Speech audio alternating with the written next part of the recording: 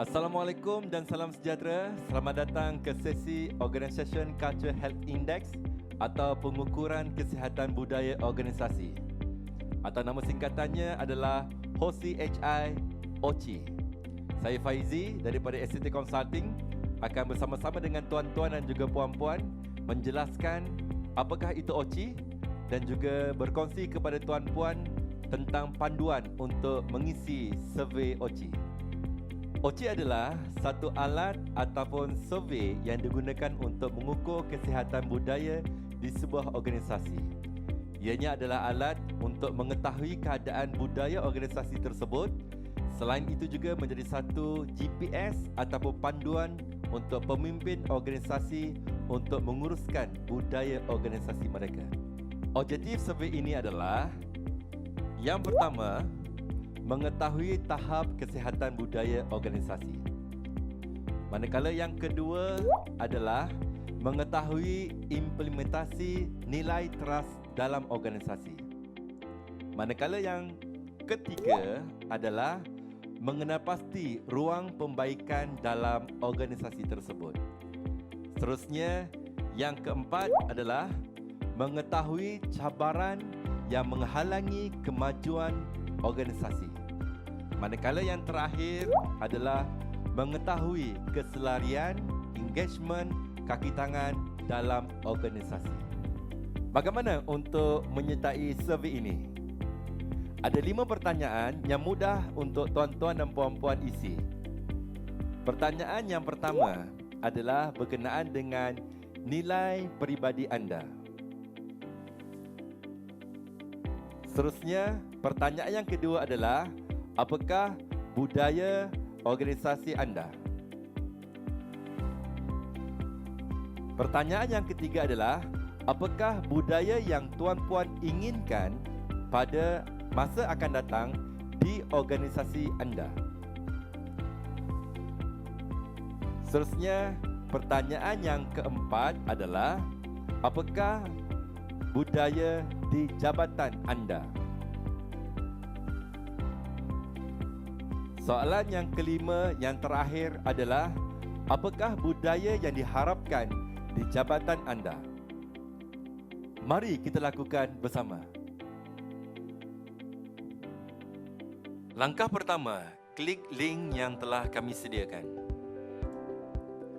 Seterusnya, mohon tuan-tuan dan puan-puan untuk mengisi demografik bersesuaian dengan anda, tempat anda bekerja. Tuan-puan tidak perlu risau kerana kami dan juga pihak penganjur tidak mengetahui siapa anda yang sebenarnya, kerana nama dan maklumat diri tidak diperlukan untuk survey ini. Apabila sudah, klik save dan bersedia untuk memahami arahan survey ini. Dan klik start. Soalan yang pertama, personal values ataupun nilai peribadi. Tuan-tuan dan puan-puan haruslah memilih 10 values yang menggambarkan diri anda. Tipsnya adalah tuan-puan mohon untuk membaca keseluruhan values-values ini dan pilih values yang tuan-puan fahami. Apabila sudah, tuan-puan silakan pilih 10 keutamaan daripada 10 values yang tuan-puan pilih tadi. Seterusnya, tuan-puan akan pergi ke soalan yang kedua. Current culture atau budaya saat ini. Tuan-puan mohon untuk memilih 10 values yang menggambarkan yang tuan-puan lihat, dengar dan rasakan yang berlaku di organisasi anda. Baca keseluruhan values yang tersenarai dan pilih values yang tuan-puan fahami. Apabila sudah, 10 values yang tuan-puan pilih, silakan pilih 10 keutamaan. Soalan yang ketiga adalah berkenaan dengan budaya yang diharapkan di organisasi anda. Pilih 10 budaya ataupun values yang tuan-puan inginkan pada masa akan datang di organisasi anda. Setelah itu, tuan-puan haruslah memilih 10 keutamaan daripada 10 values yang tuan-puan telah pun pilih. Proses ini berlaku hal yang sama sehinggakan soalan yang keempat dan juga soalan yang kelima. Soalan yang keempat dan kelima adalah 10 values yang tuan-puan lihat daripada jabatan ataupun division anda. Begitu juga dengan soalan yang kelima, apakah yang diinginkan values-values yang perlu ada di jabatan anda.